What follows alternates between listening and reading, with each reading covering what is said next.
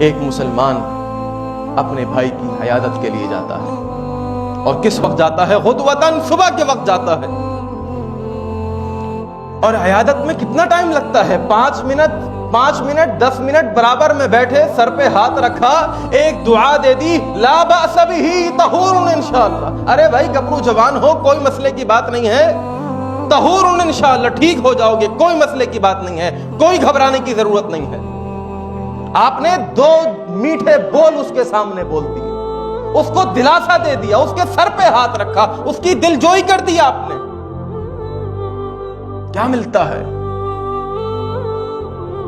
میرے اور آپ کے نبی جناب محمد الرسول اللہ صلی اللہ علیہ وسلم نے فرمایا، الا صلی علیہ 70,000 ملک حتی یصبح. صبح کو عیادت کری، اس کے بعد کام پہ چلا گیا، اپنی میٹنگز کے اندر مشغول ہے، لوگوں سے ملنے ملانے میں مشغول ہے، فائلیں چیک کرنے میں مشغول ہے، اپنی دکان کو مزید آگے بڑھانے میں، سیل کرنے میں مشغول ہے. اس کو پتہ نہیں ہے کہ صبح سے لے کے شام تک ایک فرشتہ نہیں، 10 فرشتے نہیں، 50 فرشتے نہیں، 1000 نہیں، 50,000 نہیں، 70,000 ملک، 70,000 فرشتے صبح سے لے کے شام تک اس کے حق میں مغفرت کی، رحمتوں کی، مغفرتوں کی دعائیں کرتے ہیں. اللہ اکبر کبیرہ.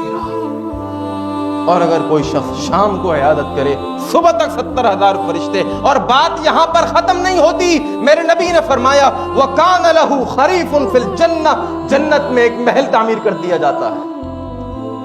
یہاں پر گھر نہیں ہے، 120 گز کے کرائے کے مکان کے اندر رہتا ہے، لیکن اپنے بھائی کے ساتھ محبت کا رویہ رکھ کر، اس کی دل جوئی کر کر جنت کے اندر مکان اپنے نام کر چکا ہے. لا تحقر من المعروف شیئا، کسی بھی نیکی کو چھوٹا سمجھ کر مت چھوڑیے.